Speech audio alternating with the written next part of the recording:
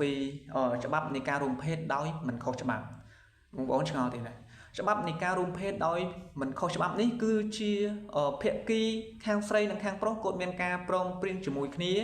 ដោយមិនមានការបង្ខិតបង្ខំនេះហើយគឺគេហៅថាការរួមភេទដោយមិនខុសច្បាប់ក៏ប៉ុន្តែកន្លងទៅយើងបានឃើញហើយដែរថាឪពុកម្ដាយពេលដែលឃើញកូនចូលផ្ទះសំណាក់គាត់ច្បាស់ណាស់គាត់នឹងទៅដាក់ពាក្យបណ្ដឹងនៅកន្លែងសមត្ថកិច្ចហើយសមត្ថកិច្ចគាត់ច្បាស់ណាស់នឹងទទួលពាក្យបណ្ដឹងហើយវាយត្រាចុះលេខដើម្បីបន្តនីតិវិធីស៊ើបអង្កេតបន្ថែមទៀតក៏ប៉ុន្តែច្បាប់ស្រុកខ្មែរយើងបានទទួលស្គាល់ហើយដែរថាការរួមភេទបាទចែងនៅក្នុងមាត្រា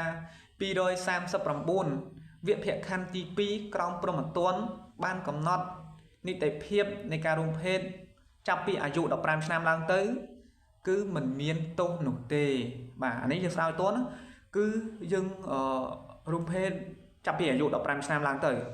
អញ្ចឹងមានន័យថាពេលអាយុ15ឆ្នាំហ្នឹងបើសិនជាយើងចូលផ្ទះសំណាក់ដេកជាមួយឧទាហរណ៍មនុស្សស្រីម្នាក់គឺគាត់មានការប្រុងប្រយ័ត្នដេកជាមួយយើងដោយមិនមានការបង្ខិតបង្ខំនេះហើយគឺគេហៅថាការរួមភេទដោយស្របច្បាប់ទោះបីជាឪពុកម្ដាយគាត់ទៅដាក់ពាក្យបណ្ដឹងនៅកន្លែងសមត្ថកិច្ចក៏ដោយពេលដែលសមត្ថកិច្ចហៅមកសួរនាំ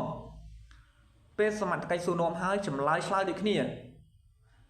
ថាមិនមានការបង្ខិតបង្ខំច្បាស់ណាស់គឺសមត្ថកិច្ចគាត់មិនហ៊ានចាំទេទោះបីជាឪពុកម្ដាយគាត់ប្តឹងក៏ដោយ